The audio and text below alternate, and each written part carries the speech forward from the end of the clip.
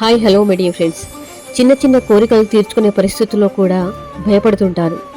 ఒక high class రెస్టారెంట్కి వెళ్ళడానికి భయం. ఒక్కసారి ఆ రిచ్నెస్ చూడడానికి వెళ్ళండి. బయట కంటే కొద్దిగా ఎక్కువ ఉంటుంది అంతే. దానికి మాత్రమే మన శాలరీ అంతా అయిపోయినట్టు బాధపడతాం. మీకంటూ మీరు మీ మనసుకి ఒక్కసారైనా తృప్తినిచ్చారా? మీతో ఉన్న మీ ఆత్మ, మనస్సు అనే ఒక మిత్రుడు ఎప్పుడు మీతోనే ఉంటాడు. అతడిని తృప్తిపరచండి.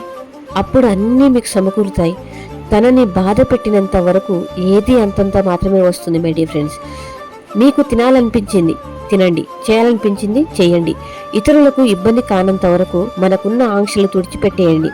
స్వేచ్ఛగా మీ జీవితాన్ని గడపడానికి ప్రయత్నించండి. అప్పుడే ఏదైనా మీకు సొంతమవుతుంది. ఇప్పటి నుండి ఒక పని చేయండి మై డియర్ ఫ్రెండ్స్.